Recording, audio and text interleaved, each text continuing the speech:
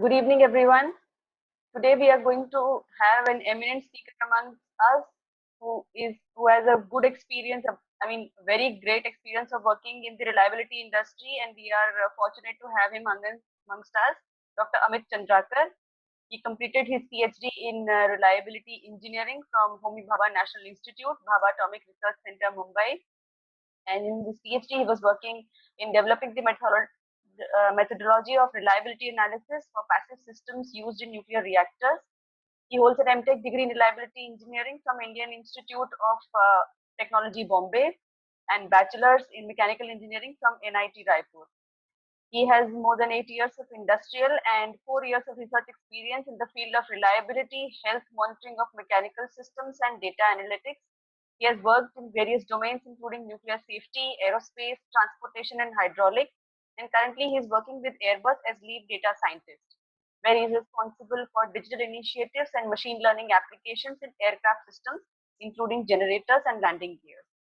Prior to this, he was working with prognostics labs of GE Research Center as research engineer.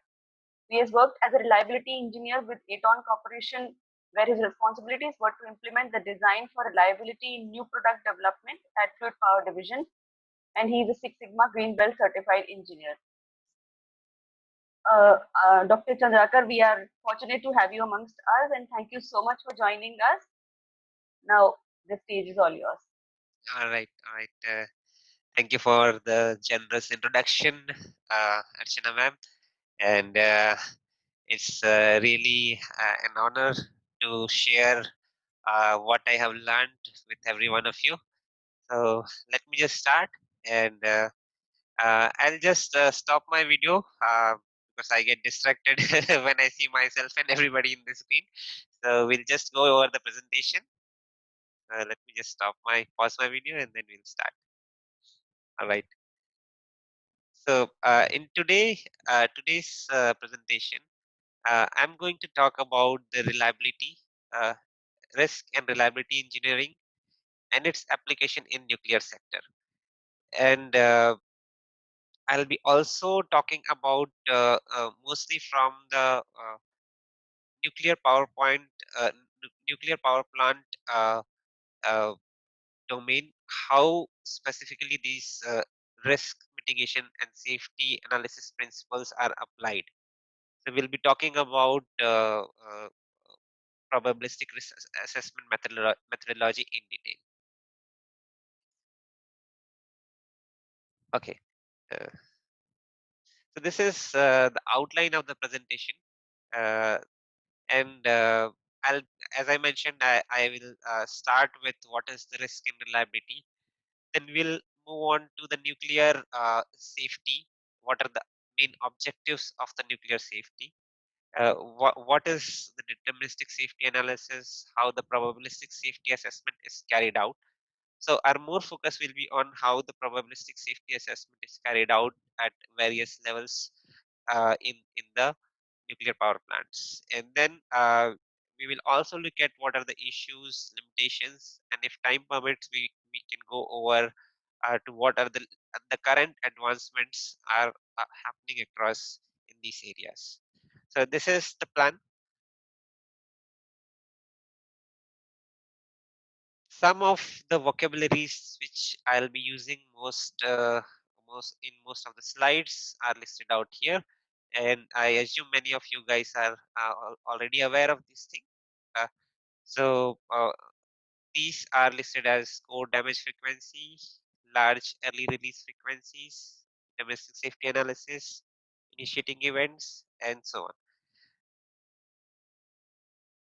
So what is actually reliability? If anybody wants any formal definition of reliability, and this is common across all the industries, and all the industries uses the same definition and terms to define the reliability, which is the probability that a product or system or any services will perform its intended function for a specified period of time for given conditions or operating conditions. So this is what is the definition of reliability. There are the most important components of reliability are probability. So what is probability? Probability is basically the likelihood of a mission's success. The second most important thing is that what is the intended function. So any of the reliability is always defined for a function. It cannot be generalized. It cannot be said without the intended function. Let's say if I'm talking about a light, I would say the intended function is that it is illuminated for so and so time.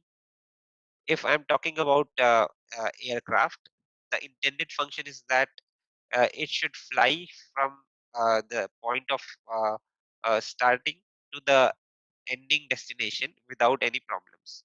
So this is the intended function. Then comes the what is the satisfactory level of performance. So there is always the performance is always measured with defined criteria. So reliability is always defined with a certain satisfactory criteria. So it should perform its intended function for the given specification with acceptable degree of compliance. The fourth most important thing is that it is always defined for a period of time. So we always say that this reliability of 99.9% for 3 years of operations. And to give you a very generic example, we say, let's say for a car, uh, the car is covered under the warranty for 50,000 kilometers or for 3 years, whichever comes first. So here there are two things that are used as the time here. One is directly mentioned as a time is 3 years. The second term, which is 50,000 kilometers. So this is also you can think of as a time constraint here, which says if I exceed the 50,000 kilometers even before 3 years, that is the limit. So we always have the boundaries when define the reliability. Now, often reliability and quality are confused between whenever the discussion happens. So, what quality means is that uh, the object or the function uh, or the services, any of that thing will meet its intended function only at the time uh, a, a start or a starting period of the time. So quality is always at the time of delivery. So I say I got a new phone. Its build quality is very good. So the quality is always when I am purchasing it or I am getting it, but it doesn't talk about how it is going to perform in next 1 year or 2 year. Whereas the reliability is what uh, talks about the time. So it always says that the said level of the functionalities will be there for so and so period of time. So reliability is always quality over time, and that's what makes it a more useful metric for everything. And then comes the reliability. Sorry, risk. So what is risk? Risk is basically the expected value of an undesired outcome. So and this basically combines two things. So what you can see is that it's basically the multiplication of the probability of any accident occurring and uh, what is the significant loss that happens because of these accidents. So if you multiply these two and sum it up over all the accidents, that's what is basically the overall reliability of a given system or a function or a services. And we always are interested in minimizing the risk and increasing the reliability. In some cases, the reliability cannot be increased beyond a level. So in that case, we always try to achieve the high levels uh, of the risk mitigations, and we always try to make sure that availability or the system is always able to perform at a given safety levels. So that's why both of these are implemented and both of these are important. Now it comes to everybody's mind that why safety assessment is needed for the nuclear power plants. And to be very, very open, uh, nuclear reactors has two very specific characteristics.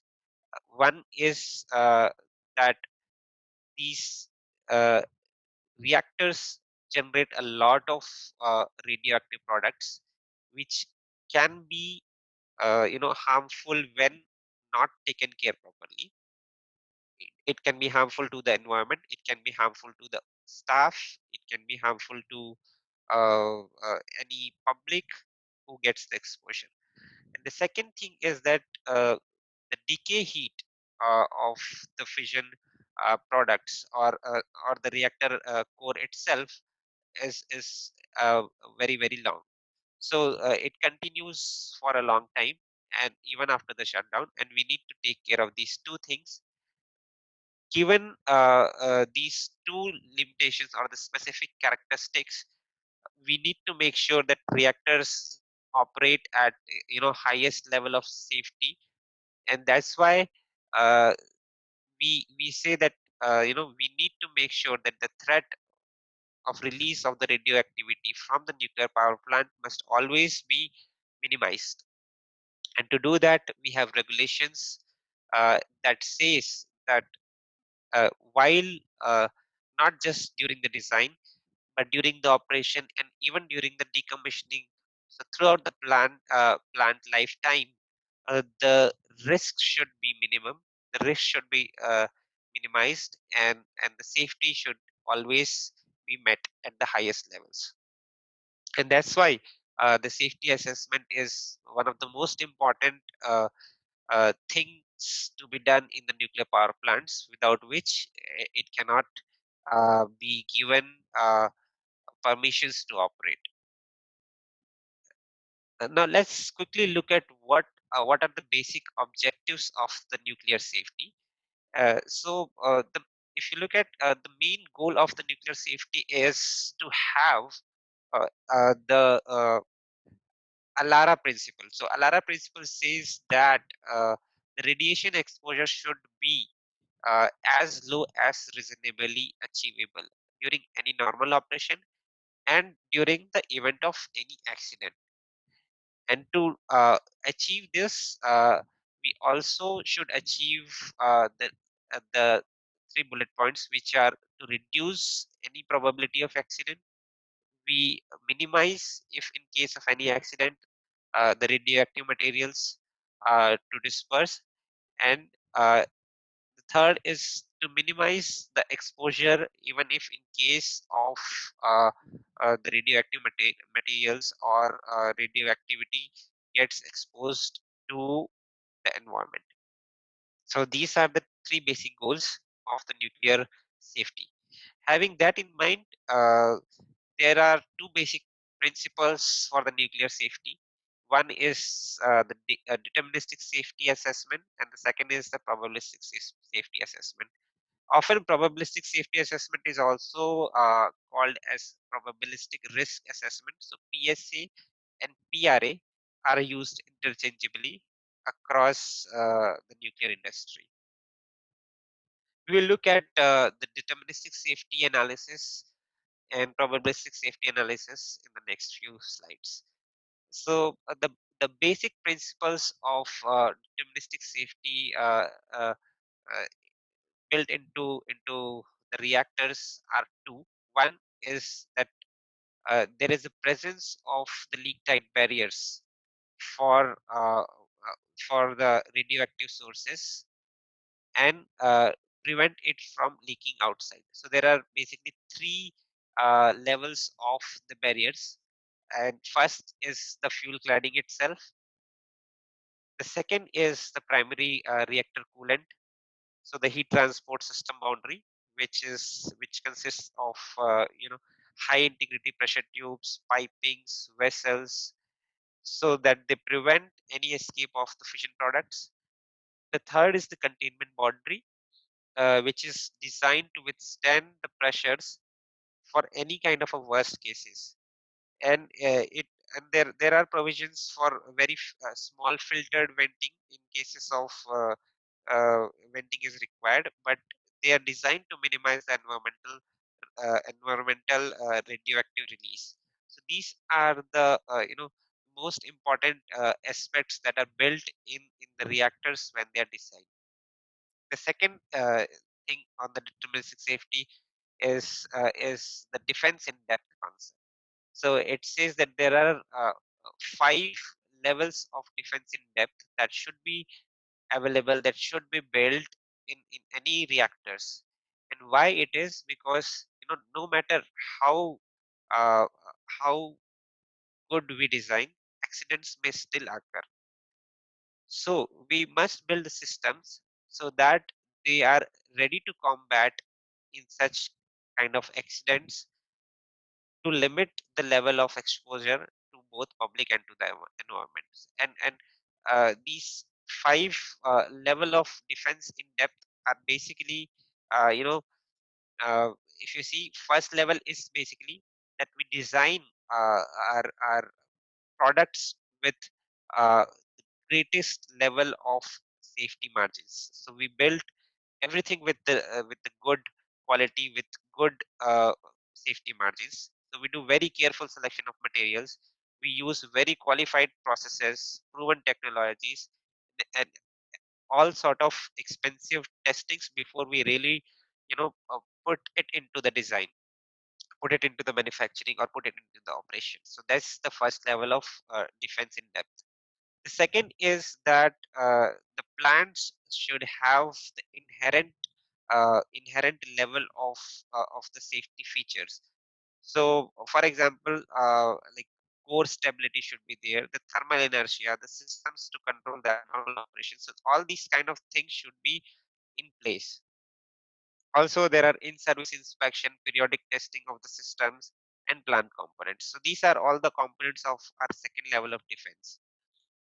The third is that we also should design our power plants to uh, such that we have the safety systems which are engineered to take care of any kind of accidents.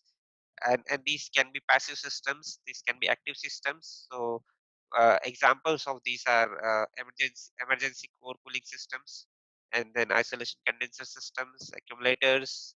So these are all the examples. Then fourth level is to uh, protect the integrity of the containment. So it's basically to restore the heat removal and maintain the core for long-term cooling processes.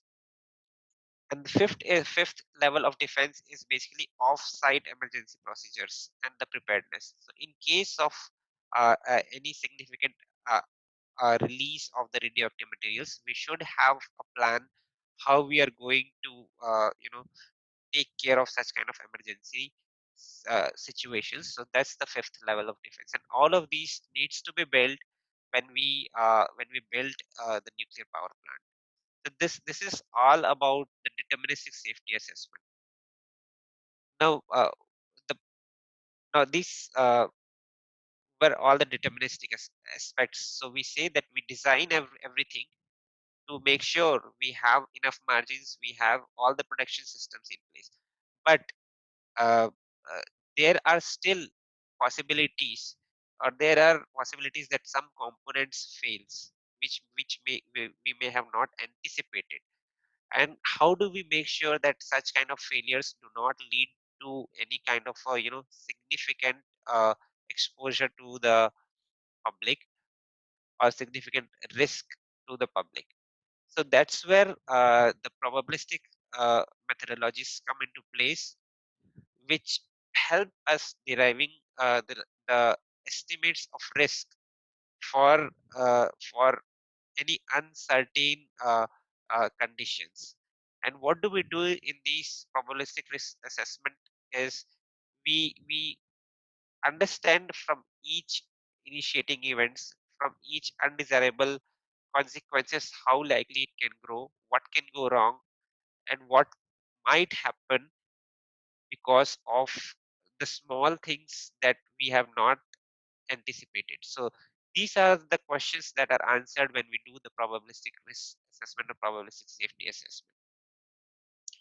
I think I have already talked about what is risk.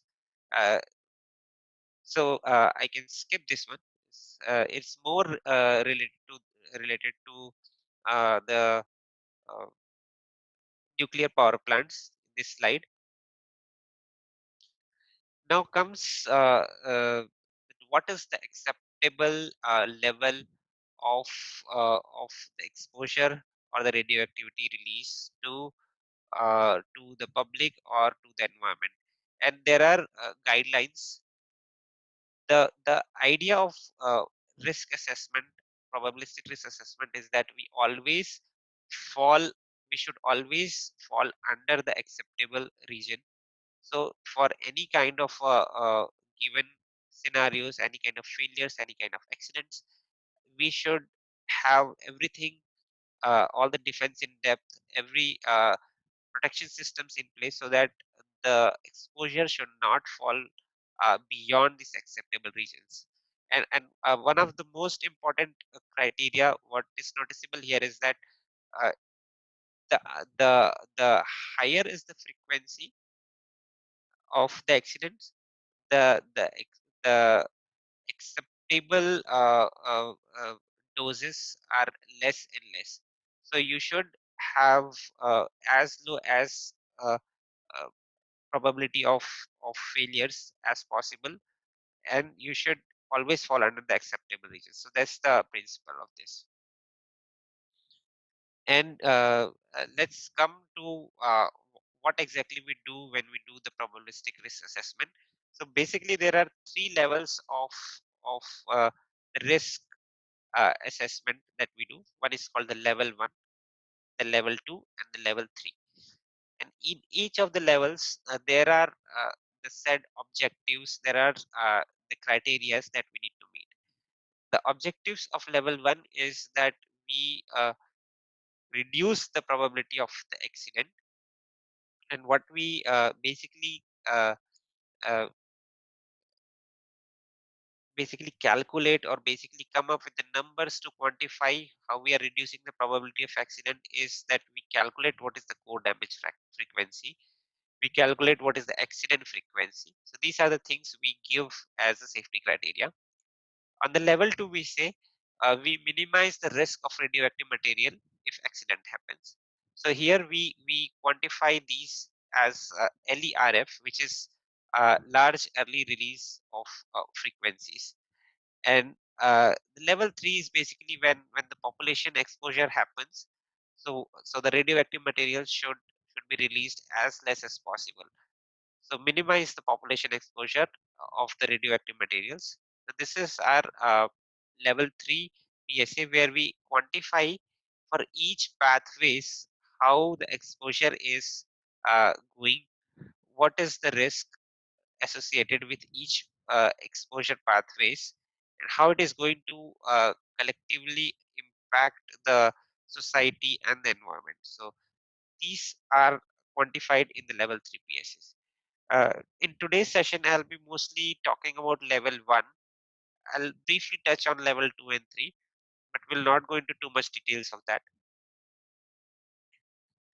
So how these levels are interconnected? Actually, all of these levels, if you see, are interconnected. We start with the initiating events.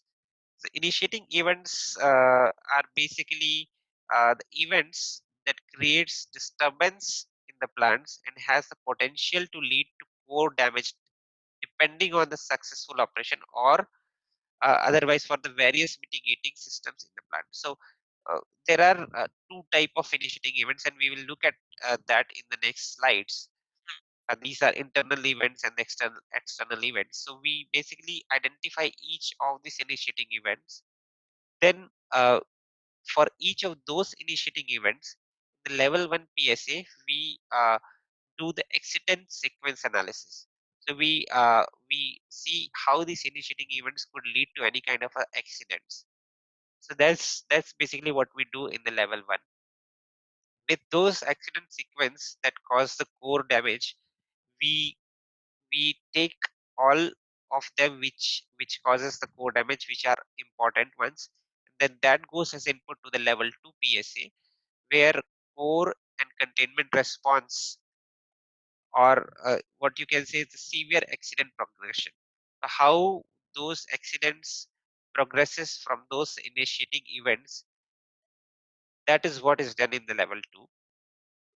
That output of the level 2, which tells that what was the radioactive uh, material release and what kind of severe accident progression happens, goes as input to the level 3 PSA, where we basically uh, quantify how the population, how the environment is getting impacted, and we also quantify what are the consequences of illness and all those kind of things. So they are all interrelated, and these are all done throughout the life cycle of the nuclear power plants. And this is the very standard definition of the core damage frequency and the large early release frequencies. The basic difference between them is that the core damage frequency, we are concentrating on the severe fuel damage. So we want to estimate the frequencies of those accidents that causes the severe fuel damage. In LERF, we basically are interested in identifying the accidents that lead to the release of these radioactive particles from the containment. So this is the basic difference, but both are frequencies. And a typical this is a typical safety criteria for the nuclear reactors, and these values are basically uh, to be met when we do any design. So when we do the probabilistic risk assessment, we must always meet these standards. For example, if we have an emergency power supply system, we should have failure rates that are less than 10 to the power of minus 3. So that is the criteria, and these are typical values, but these can be again refined and relooked based on the goals of any given country or the regulatory boards. So let's look at what comes in, what we do exactly in the level 1 probabilistic safety assessment. As I said, it's basically about getting how the initiating events progresses into the accidents. So we basically want to understand how uh, the plant is organized, what kind of things are there in the plant. So complete plant familiarization, all the information about each and every thing is gathered in this stage. We also do uh, selection of and grouping of the initiating events. So what we do is that we group the similar initiating events so that the analysis becomes more effective. Then we model each of those accident sequences using event tree analysis to find out if something goes wrong, if something fails, how the system is going to behave. So that's the accident sequence modeling that we do. And then we also do the human reliability analysis. We also do the quantification of the accident sequence. So this is the framework of level 1 PSA. And the same thing what I said is in the graph here. It says that for uh, understanding the system, what are things required. For analyzing the system, what are the things required. So we basically take the inputs from multiple sources. We take the input from operating procedures, from the diagrams, from the system functions, from emergency guides, from any kind of a probabilistic safety assessments that were carried out for a similar power plants. So we take use of everything what is there in the documents, everything what is there in the design. We try to gather as much as possible information for the plant uh, uh, when we do the level 1 PSA. And then we do the initiating event grouping. So as I said, there are two types of initiating events. One is the internal initiating events, and the second is the external initiating events. So initiating in the internal initiating events, these are basically the abnormal conditions that are generated within the plant as a result of failure or faulty operation of plant components through random failures. Yeah. So what happens that these are basically like active systems or some of the systems that may fail. So these are called as internal initiating events. Whereas if you look at the external initiating events, they are basically uh, things which are out of control of our hands. For example, the seismic hazards, the forest fires, the external floods. So these are called the external initiating events. We do take care of each of these when we do the level 1 PSA. We take care of all of these initiating events and try to foresee what are the accidents and how the things might go wrong if any of these happens. So yeah, so this is exactly what I said. We take care of each of these initiating events, and we try to foresee how these events uh, can cause significant core damage, and then use that information for the level 2 PSA. This is a very simple example of how a typical uh, event tree analysis is done, event sequence analysis is done. So what you can see is that for this is basically done in the chronological order of events. So what I meant is that we look at the system operation and we look at the chronology of the events, and we organize the events in the chronology. Let's say if large break loop happens, the reactor protection system should be activated. If this fails, if doesn't work, then emergency core cooling system should operate. So that way they are organized in the chronology, and we assess the what happens if this particular let's say system is a successful event. If it fails, what happens? And we assess the frequency of each of these events, and basically come up with the end states, which tells that which of these sequences can lead to the significant core damage states. So there are again criterias for core damage state. There are core damage state 1, 2, 3, and 4. So similarly, we quantify that which ones are leading to the significant damage, and then we take those into account for doing the level 2 PSA. And we also do fault tree analysis, which is a top down approach. And the fault tree analysis basically uses the information from the event tree analysis. So what we do is that we take some of the important event sequence as the top level of fault tree, and we drill it down to the component levels, that what might have led to this particular event. For example, here this is example of a parachute where we are trying to drill down to the elements which has caused the deployment of the parachute failure, and we have drilled down to that whether it was a battery dead or it was altimeter malfunction.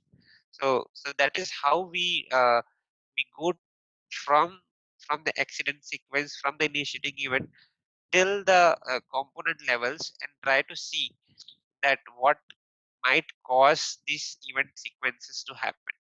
And we estimate the probability of this particular event by using the probabilities of these basic events, and and then we aggregate them to this top level and then say, okay, this is the probability of a particular event sequence that might happen.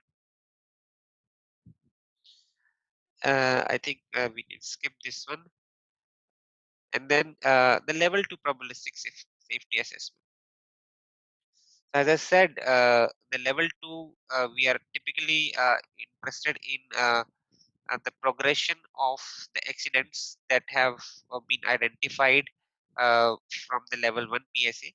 So we look at how the containment structure and the systems would respond to those accidents that we have identified as critical in the level 1 PSA. We look at amount and type of the radioactivities that might release because of those accidents, and we quantify those, which goes as input to the level 3 PSA. And this is basically this slide basically talks about that what are the two different analysis that we do when we do the level 2 PSA. One is the accident progression and the containment performance analysis. This is basically a lot of engineering analysis goes into this. We do lots of CFD analysis, lots of structural finite element analysis and everything in this stage to see how the accident progression might happen, how how good or bad our systems are to be able to handle those kind of situations. And then we also do something called source term analysis. So what is a source term? It's basically defined as the quantity, timing, duration, and characteristics of the release of radioactive material to the environment following a postulated severe reactor accident.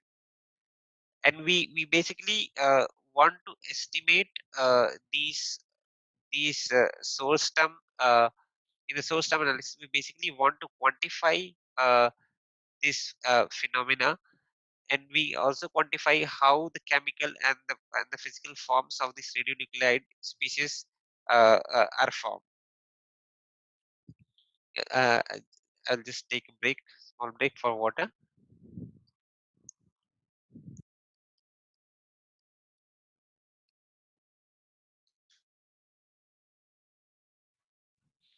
Yeah, yeah. I think in the interest of time, we can skip this one. Uh, and on the level 3 probabilistic risk assessment, it's basically the assessment of offsite consequences that leads together from the level 2 PSA. So we model the radioactive behavior of the materials. We model how it might go from various pathways to the humans, and we model and we estimate what are the probabilities of each of those pathways exposures. We also look into the insights of how we can prevent those mitigations, and we get prepared for the emergency. So this is exactly what we do in the level 3 PSA. And this is just an example of what other things that goes in the level 3 PSA. So we do lots of meteorological data analysis. So we collect lots of meteorological data, how the wind speed is, how what was the humidity conditions, what are the probabilities of material release, and in which way it can go. We also look at lots of dispersion models as well. So based on the angle at which the radioactive material was dispersed, we look at the countermeasures. We look at also look at the economic consequences of the losses. So this is also very important that we have to look at in the end that what it is going to cause as a health uh, uh, hazards, or how it is going to impact the ecology and the economy both. So that's exactly the element of the level 3 PSA. And this is just an example of the exposure pathways, how uh, through various means it can reach to the human beings. So you can see that once the atmospheric release of the radioactive material happens. It can go through the clouds, it can go through direct inhalation, it can go through deposition through the ground, through the foodstuff contaminations, through the contamination to the skin and the clothing, and it can eventually reach to the humans. And we basically want to minimize these uh, doses to the humans. So that's exactly is the a requirement. And then we define what are our countermeasures, short term and long term, how we are going to do if in case there are the accidents that might happen. So this is just a safety guideline that every nuclear power plant has in place. And then, as I said, health effects. So we also look at. So this is where the life sciences and the uh, data analytics together goes in the nuclear power plant safety calculations. So here is where they do all the genetic calculations, how and what kind of effects it might have in the generations to come. There are deterministic models, there are stochastic models. I'm really not an expert in this, so I don't know much of this. But there are models, and we basically do. I just wanted to highlight that we basically do till this level that we quantify what are the health hazards if anything goes wrong. Yeah, so this is just an example of how do we use of the meteorological data, and how do we calculate the risk if there is an exposure. Now there are to accomplish all of this, or to simplify and to standardize the things, we have uh, various tools that are available. I just wanted to highlight this thing because it is important that we use the standardized tools, because what it eases the process. Second, we tend to accommodate each and every aspect of the analysis when we use the standardized tools. So for each of the levels, there are various tools, various strategies that are available that we follow. And these are some of the computer codes that are basically used throughout the world when we do level 1, 2, and 3 PSAs. Yep, I think that brings to the end of my presentation. So I just wanted to highlight that why exactly these safety assessments were important, and I think I made my point.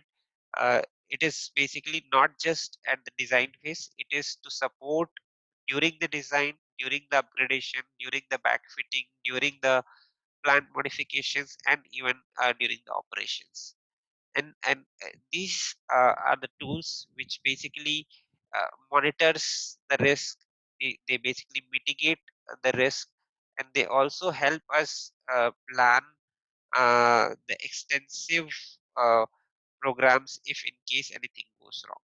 And it is extensively used for regulatory decisions. So anything, if we want to approve, we need to have these assessments done, because the regulatory boards give go or no go based on these analyses. Yep.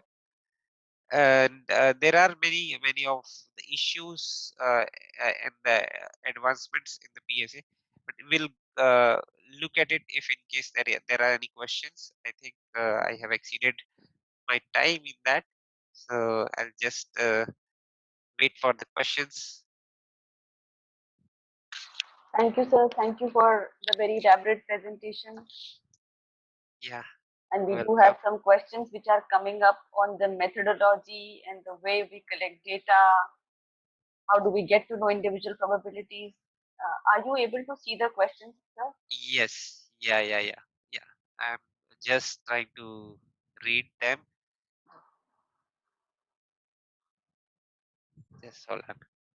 So what is the first question? I think Tanmay Jain has asked, what is the methodology that is used to come up with all the limiting values?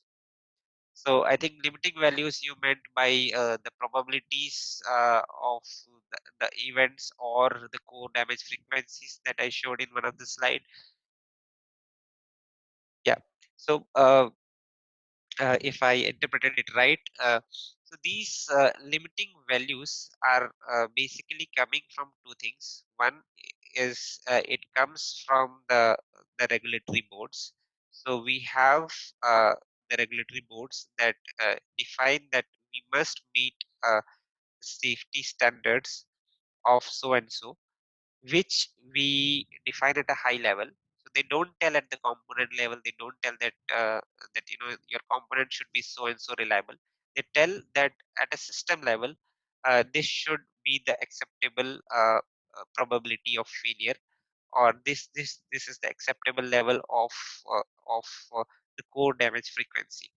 And then what we do is that there is something called the reliability allocation.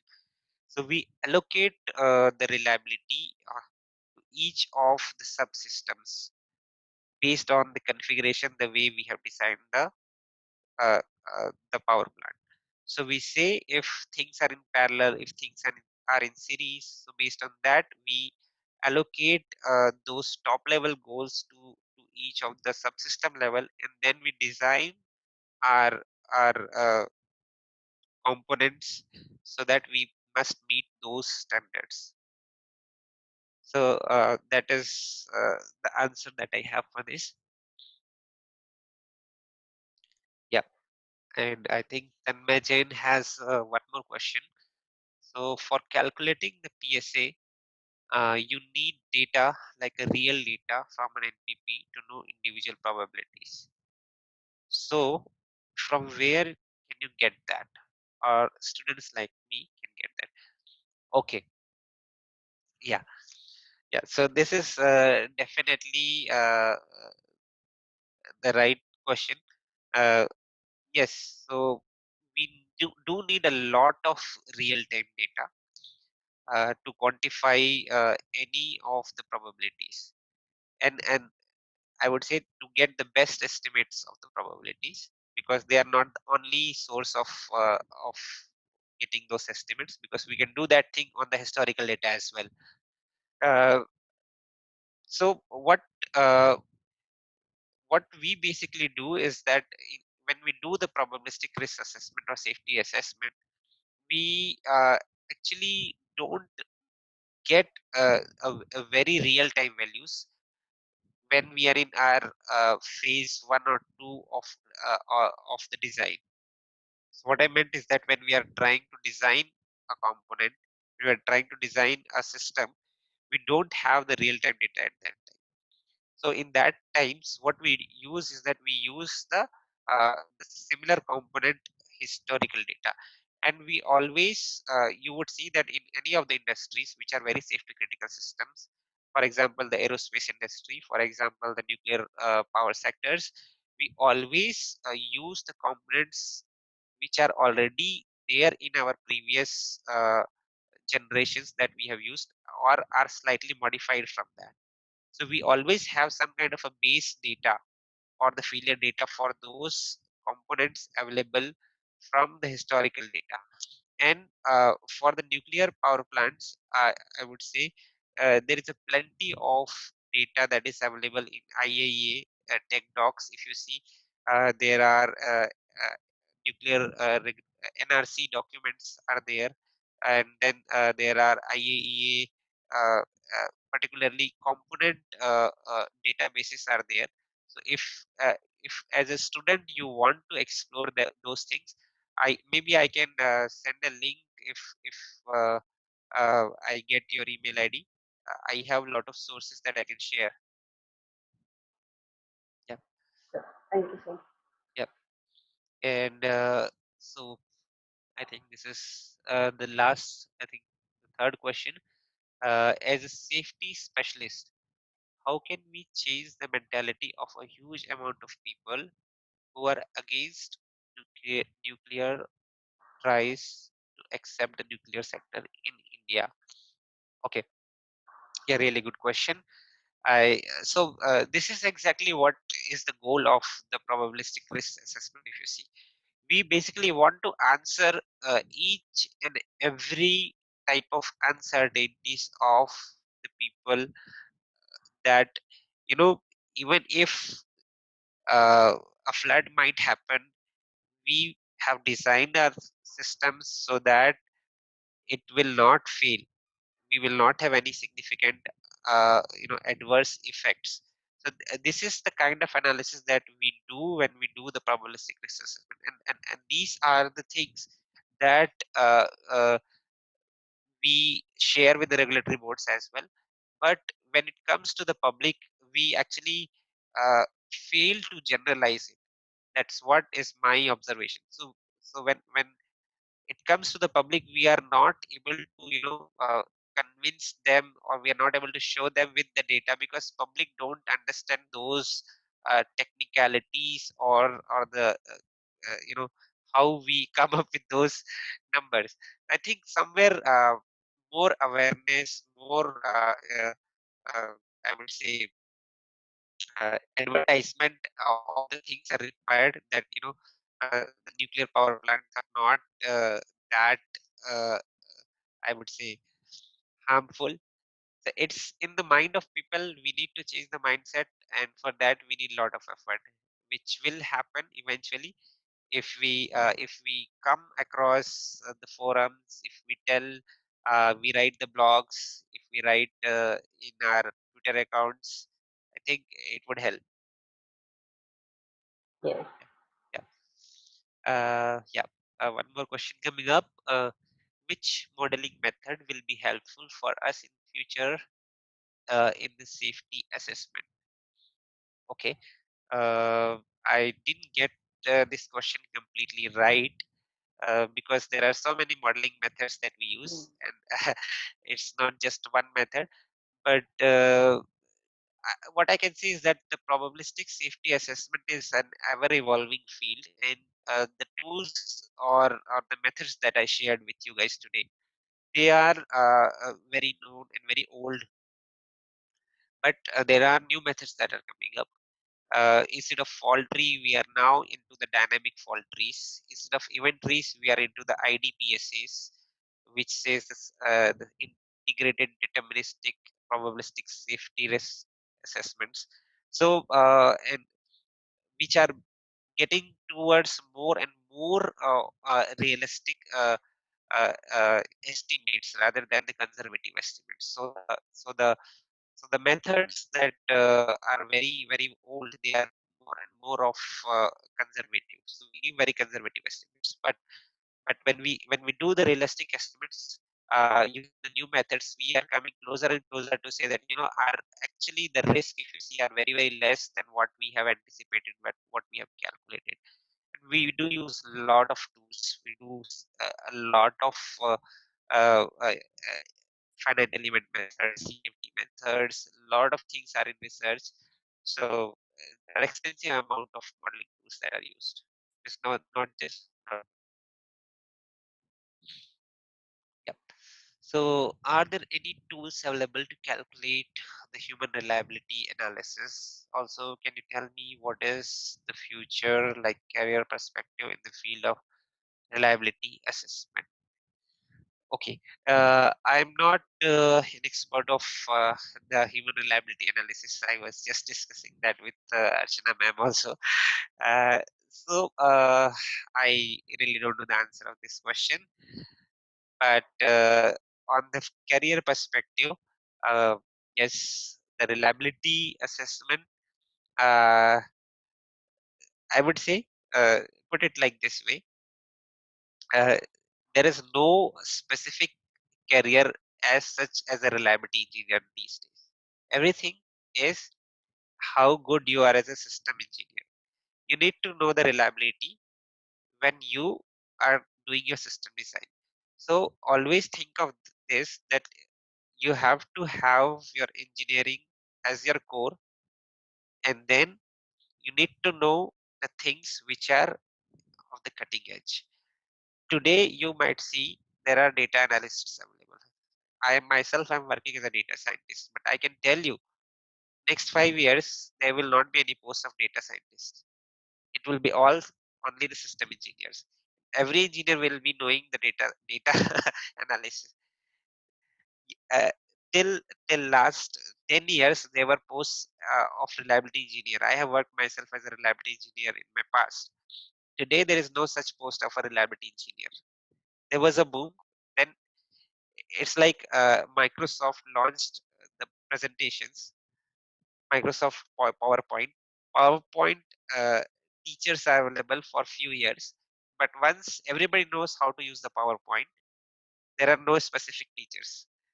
So you always make your base strong, uh, make yourself more and more good in the course that you have, and always learn what trends and what are the other important things which are trending and picking up for your future. Yeah, Right. yeah, Thank you, sir. That was a good insight into actually the real world or the real industry. That's how things keep changing. So you must understand your fundamentals, and then you can always build upon yeah, further concepts of them. We yeah, have some questions from the panelists as well. So I think ma'am and Nitendra could unmute themselves and ask their questions themselves. So they are in the chat box actually. Ma'am, would you like to go first? Yeah, that's what I was about to say. Yes, my is that you have mentioned 5 level of that is defense in depth. yeah. Why it is 5? Is it is well defined 5 number or just uh, because defense in depth you can increase by any Yeah, number. yeah. So I have mentioned 5, but I have come across 7 also. So it's but if more you have, better it is. Yes. But 5 is what we say is the least. That is what we need. Yeah. So and it's coming from the you know from our regulatory boards as well. Okay. And also, what percentage of risk that is approved by authority or by AERB? How Yeah. much So percentage we can go that it is okay? They allow the okay. So for the current, I think current. So there are two different one is the old reactors and the new reactors. So when you have old reactors, I think the core damage frequency acceptable is, I think, 10 to the power of minus 5. And when you go for the new reactors, it is 10 to the power of minus 6. 10 to the power minus 5. Yeah. So see, we earlier I was also having the project from Yeah. to calculate we have done the risk analysis part Yeah. that we have applied for our nuclear laboratory in the department. Yeah. So we were also calculate the risk by using different model. We have done the risk calculation part, but not completely we have done, and we have not applied that model for the any facility because it is not allowed also, and it's not easy to for us to go for the any nuclear facility, and they will not allow. Yeah. Yeah. So we You need have a lot done of only for details. our laboratory, and we have done the risk analysis part for just for our laboratory. So what you suggest that this work how I'm not talking about the human reliability. Archana is working in human reliability, but just when you mention about the risk, so is it possible to have the some hypothetical facility and there we can apply our model and we can calculate the risk factor Uh, I think for the I might. research point of view or for the just Yeah. for the to give the for the teaching purpose. Okay. I think for the teaching and for the laboratory purposes, you might not need to go for the 10 to the power of minus 5 or 6. I think 10 to the power Yes. of minus 3 is what I think could be considered as acceptable level. That's what is my experience. Yeah. Thank you. Yeah, Jitendra, Thank you you, have. Dr. Amit. It was a nice presentation, I must say. I just wanted, because you are working in Airbus, so I just wanted to ask you if you could highlight the similarities between the safety design, safety in operation, and safety culture, to be precise, in aviation industry and in nuclear industry. I Yeah, think you will be the right person to comment on it, being working in both the industries. yeah. Okay, sure. Why not? And we were discussing about this, I think, just before our live session started, Harshana ma'am and me. Uh, so, I- in principle, if you see, uh, there are many similarities in the nuclear domain and the aerospace industries. And why? Because both deal with the human lives. So both are very mission critical. Both are very safety critical systems. So we do have very much similar principles available for the aerospace industry. We have different in them. We do all the probably PSAs.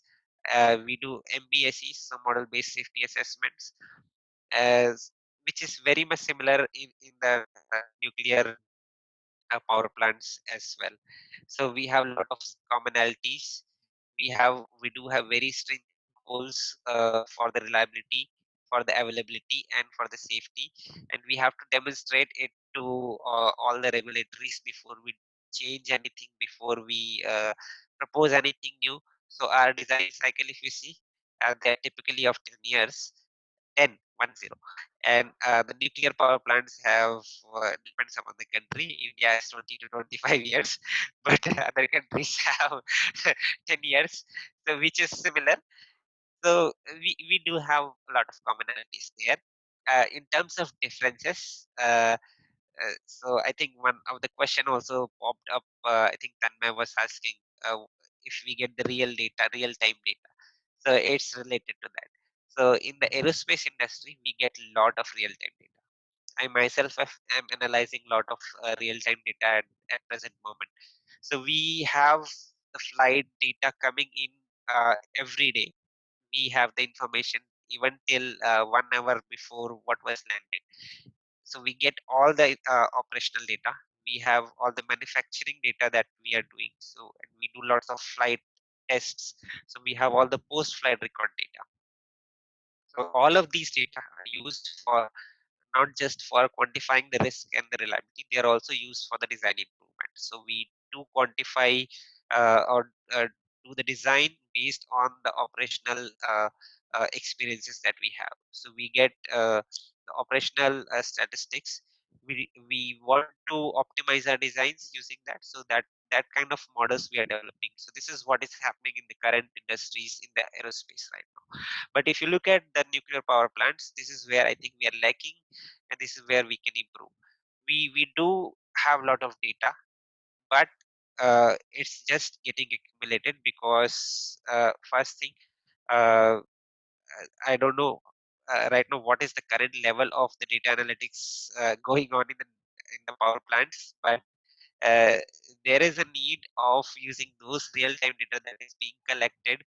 And another thing is there is a sharing of the data is not there across the countries. So the data is restrained in one country. Whereas if you look at the aerospace industry, we do get from everywhere, all the corners of the country, we get the data. So we have to have a collective data sources as well in the nuclear industry so that we can work together and then develop the better models. So that's the similarities and differences. Jitendra. Thank you for answering this part. That's all Yeah. from my side. Over to you, Archana. Thank you. I think Dr. Chandrakar has brought out some very important points in terms of the limited data availability and some constraints which we face, at least in the nuclear sector, which are not there in the aerospace sector, and many more industries because of the data sharing that they have. and I think we can attribute this to maybe the secrecy or secrecy aspects which are more or less there in the entire system because of materials being involved, and that's valid enough, so we can understand that. Yeah. I think that was indeed a very enlightening session. Thank you, sir, for joining us. Thank you. On behalf of Amity Institute of Nuclear Science and Technology, Amity University, Uttar Pradesh, and all of us, thank you so much for joining and giving your time for us and these insights, which I think no one other than an industry person can bring in. So you Yeah. have the experience of working in both the industries for an appreciable amount of time, and that clearly speaks a lot. Thank you so much. And I Yeah, thank thank everyone for joining. I thank Ditendra for making this possible. So he's the one who introduced you to us. Thank you so much. And to all the audience for joining in for this session. Thank you, ma'am. Thank you, Thank you. Dr. Amit. Thank you, Yeah. Nitin. Thank you, Archana. Thank you all. And to the IT team for making this possible. Have a great evening. Take care. See you all.